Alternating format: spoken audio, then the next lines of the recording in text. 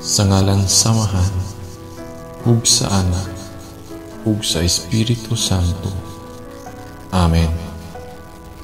Amahan namo nga naa sa mga langit, pagdaygon ang imong ngalan. Umabot ka namo ang imong gingharian. Matuman ang imong pagbuot, dinhi sa yuta maingon sa langit. Ang kalan-on namo sa matag adlaw, ihatag kanamo karong adlaw, ug pasaylua kami sa among mga sala.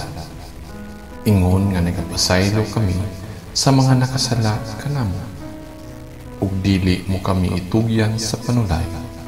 Hinunua luwasa kami sa dautan. Amen. Sa ngalan samahan, ug sa Anak, ug sa Espiritu Santo. Amen.